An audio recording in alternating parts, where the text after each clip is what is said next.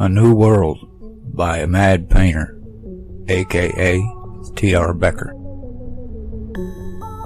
It was large, dark, and moving fast. It had been doing this for countless eons and appeared as though it may for many more to come. What was impressive was its size. Any along its path would have thought it was just a runaway moon. Over the eons, it had picked up any dust or rocks along its path. It had grown to almost twice its original size. The people who had built it had long ago passed on. It had been meant as an ark to save their race. Their sun was doomed to go supernova, and they had spent 200 years preparing the ark on the outer rim of their system.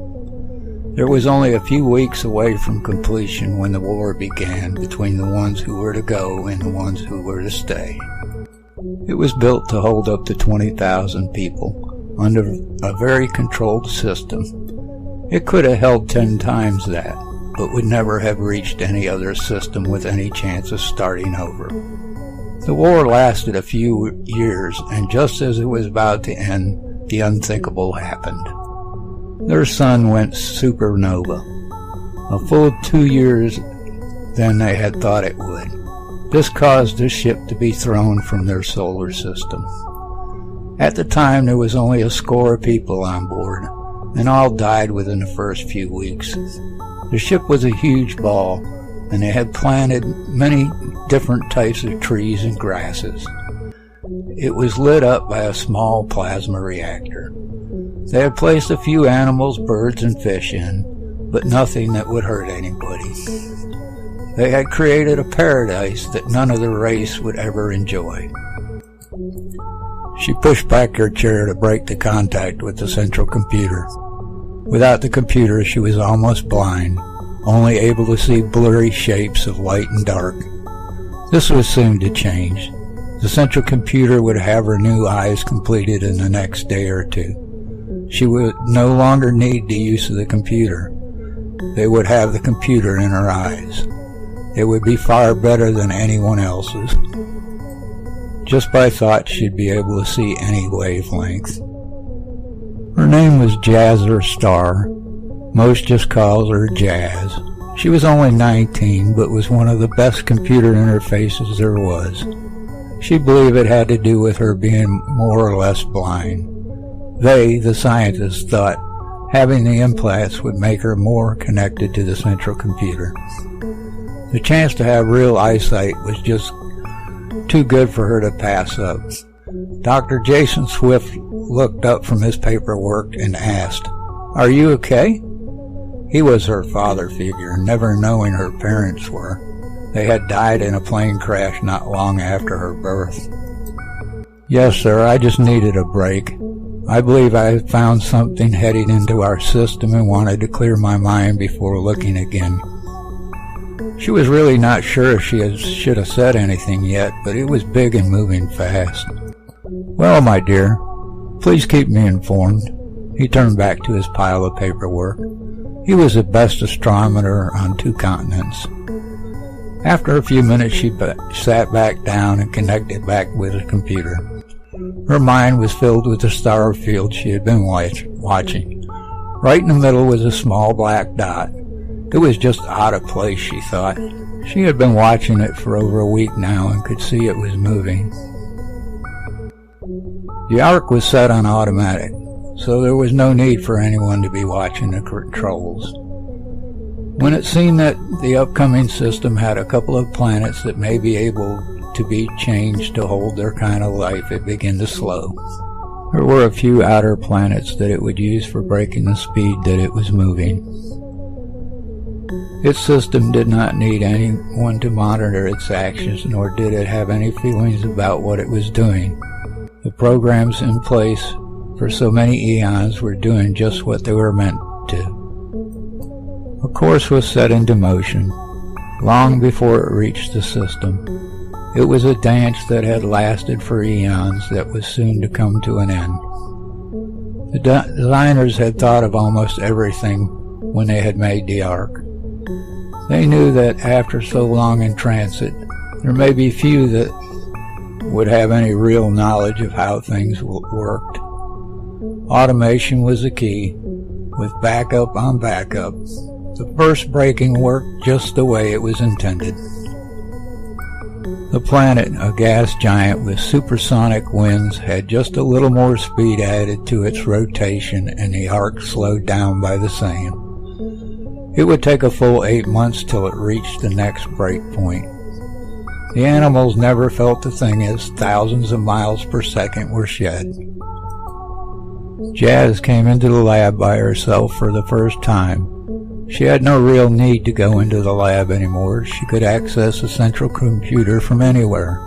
She just felt she needed to be around people she knew. She had been at home for almost 2 months, letting her eyes heal. It had been a long but a successful surgery, and now she had better eyesight than anyone on the planet. Dr. Swift smiled when he seen her enter the lab and stood up. "So nice to see you so soon," he said as he walked over to her and gave her a hug. "I had to come see you," she smiled. "Do you think I can stay away long? This place is like home to me." He looked into her new eyes. "Just marvelous. They almost look as pretty as mine now." This made her laugh. "Mine are bluer than yours and able to see things you'll never get a look at," she smiled.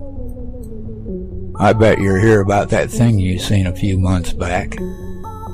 "Yes, I really want to know what you think about what it is and what it may be up to." She sat down at her desk. He walked back and forth, rubbing his chin with one hand, not sure where to begin. "Come on now, you know. I've seen all the data that we have on it. Really, she may even have seen more information than he did." He stopped, looked at her. "Well, I'm sure you understand that it is more than just a runaway moon. That braking maneuver confirmed this to me. All the pictures we have look as if it is one." He paused, cleared his throat. "This makes me wonder just how long it had been traveling. So I looked back on its course, and there is nothing but the remnants of a supernova, near 1,000 light years away. It would mean it had been traveling for 10,000 to 15,000 years. She could see worry in his face. It was the same that she had been thinking. The thing was old, and it had come from where the system of the supernova was. Its next break point was the ring, the third planet away from Gaia. She thought it would head right to them and wondered why. "How long do you think before it will reach us?" she asked. 8 months till it reaches a ring, and then how it breaks will be the factor in where it will go. It may just push its way back out the system. He was not sure he even believed any of that. "They may just be passing through, but I believe they are here to meet us." Meet us, she thought? They may be here to conquer Gaia for themselves. Many thought for a race to cross the gulf of space, they had to be a race of warriors or in need of finding a new home. Both were scary thoughts to her, and she thought Dr. Swift had the same thoughts. "If they make the turn at the ring, how long would it take to reach us?" she asked again. "I'd say about 4 years once it turned at the giant." He rubbed his chin. "It may just become the 80th moon to it, but I don't think it will stop." He turned on the monitor. This was the first time she had seen a picture of the moon. With her new eyes, she could call up the image in her mind any time she wanted. She was a little amazed at what she could see with the picture. She was able to see into the shadow areas better on the screen than in her mind. She noticed that its rotation had sped up just a little. Now it was almost a third that of Gaia's. It was not much of a change, but she was able to see it right off. "Has it been given a name yet?" He laughed. "Some are calling it Wormwood, and others Planet X. I'm just calling it the Moon." She had heard the tales of both the world destroyers, and was not sure that there was any truth in them. The surface of the ark was slowly heating up, and a lot of the ice began to turn to vapor and leak off into space. By the time it reached the second break point, it had already cleaned out most of the attitude control jets. The automation ran like a well-performed song, but it was a song of a lonely race with none to hear. They would have been proud of how their ship had performed. The brakes was made, and the moon was now on its way to the inner solar system. The designers had thought that they were the only life in the universe. They really believed that the only life was from their world, and the universe was theirs to take. The one thing that got in the way was their desire to survive. They had gambled all but lost. The Ark's computer had picked out a planet that was just right for their type of life. That had built the Ark. It was the third from the system's sun. At the speed it was now traveling, it would take almost 4 years to reach. It showed signs of life, but the computer was not programmed to take any of that type of data into consideration when picking a destination. With the destination set, soon the Ark's program would be complete. Soon the automation would begin to produce robot herders to round up the animals, along with ships to take them down to their new world. It would take some time to relocate them all, if they could even be found. Jazz looked out the window of the lab at the behemoth that was eating its fill at the edge of the jungle.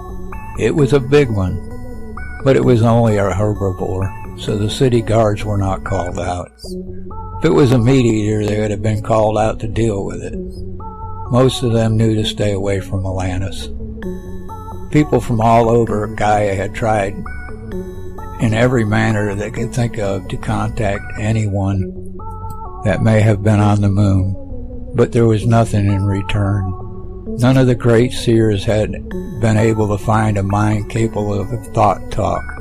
Remote viewers only found the cold, dark, lifeless surface, so they thought there was no one on the little moon. They had learned little about it other than it was not natural. She turned to Dr. Swift and asked, "Do you think it is a little odd that there would not be someone on there?" He smiled. "Well, yes, it is a little odd to us. But you're thinking with our mindset, not how the mind of an alien race may think. It could just be a probe sent to see what's here." "So you believe it may just pass us by once it's had a look?" she asked. "I'm not sure of that, being that it did come from where the supernova is. There may be no one to report back to. It still could be full of people, but have some way to stop us from seeing them. If that is the case, they may not be friendly." He stood up and began to pace back and forth in the room. It would have been nice if they had a ship that they could be sent to have a better look at it, but the cities had all voted to not start a space program for another 5 years. Now she was sure they wished they had already begun. They only had a little over a year till they found out what the moon was going to do. "Dr. Swift, what can we expect when it gets here?" He stopped his pacing and said, "I'm not really sure what will happen. If it passes by, we don't have anything to worry about. But if it stops, we could have a new place to explore and learn new things about our universe." It was now the talk of all the cities of Gaia. Atlantis, being the largest, was being overrun with calls of concern. "Look, I have a place on an island a few hundred miles east of here that a few of our friends are going to spend the last week of its arrival. It's a quiet place to study it without any fear. Would you care to join us?" he asked her. This made her smile. "Of course, I'd love to. I would like to try my new eyes underwater." The moon was only a week away from its last break point. Once around Gaia, and it would use its rockets to set itself in orbit. By now, all of the people of Gaia could see it glowing in the sky. Many thought it was pretty, an amazing sight. Some of the top scientists were saying it was going too fast to stop. When it reached about 500,000 miles, the computer started their altitude jets. At first, there was a few miles of rock and dust that had to burn away. Many who were watching thought it was volcanoes going off. For the first few hours, it was what it looked like. The liquid rock spreading out over a large area on the surface, looking like a glowing light gray sea. A few large chunks of rock were launched out into space by the force of the rockets. The automation was working just as the long-forgotten designers had intended. It was far better than the technology of anyone on Gaia. When the altitude rockets showed, they knew that it was here to stay. When Jazz stepped away from the plane, she had a shock. There were a couple of 100 people standing there, not just a few friends like Dr. Swift had said. They stood in groups of about 10 or so. One man seeing her and walked up over to her. "Jazzer Star, I'm Drake, the base librarian." He held out his hand. "Dr. Swift said you were to be my new assistant." He was smiling. Assistant, she thought? Why all the people? He did call us a base. She waved her hand out over at the people and asked, "What is all this? I was told this was Swift's Island and only a few were going to be here." "I think it best that Dr. Swift tell you about what this is all about. Follow me, I'll take you to him." 15 minutes later, she was just over 2 miles deep under the island, sitting in front of the doctor. He explained the base was a refuge, just in case there was more to the moon than just a visit. The base was self-sufficient for up to a decade, and he could not help to bring her there just in case. The librarian needed an assistant, and she was well qualified for the position. Well, that explained a lot, she thought, but wondered if this was not all a little overkill. She could understand why they thought a refuge was a good idea, and if all was okay, they would only be there a week or so. It wasn't the trip that she had hoped to have, but she would make the best of it. She had learned there was 3,000 people at the base. Each was the best in their field. Dr. Swift had planned this from the first of her finding the moon. She wondered how many knew about the island. The next day they were all locked down in the complex, and now they just had to wait. When the arc swung around Gaia, it was close, only a few 100,000 of miles. This brought with it reactions. The wind rushed around the globe at 300 miles an hour, and the tides mowed inland by up to 150 miles. It caused volcanoes to erupt and the ground to shake like jelly. The depth that day was immense, but it was nothing compared to what was to come. The arc parked itself in orbit around about 250,000 miles away from Gaia, and was not the only thing that had taken an orbit. One large rock that had been blown out of one of the attitude rocket tubes was in a fast decaying orbit. It was 7 miles round and a little over 11 miles long. 3 days later it hit Gaia, with a force that had never been seen since. The tidal wave was nothing compared to that of the asteroid one. Only a few of the tallest mountains were not covered. The dust that was put into the atmosphere blocked out the light. The pieces that flew up then came down spread fire for thousands of miles. Nothing on the surface would survive for more than a couple of weeks. The computer on the ark seen what had happened and calculated when the planet would again be suitable for life. In that time, the automation kicked in and made all the preparations to move life to the planet. It took over a year to move the animals after 2 years of roundup.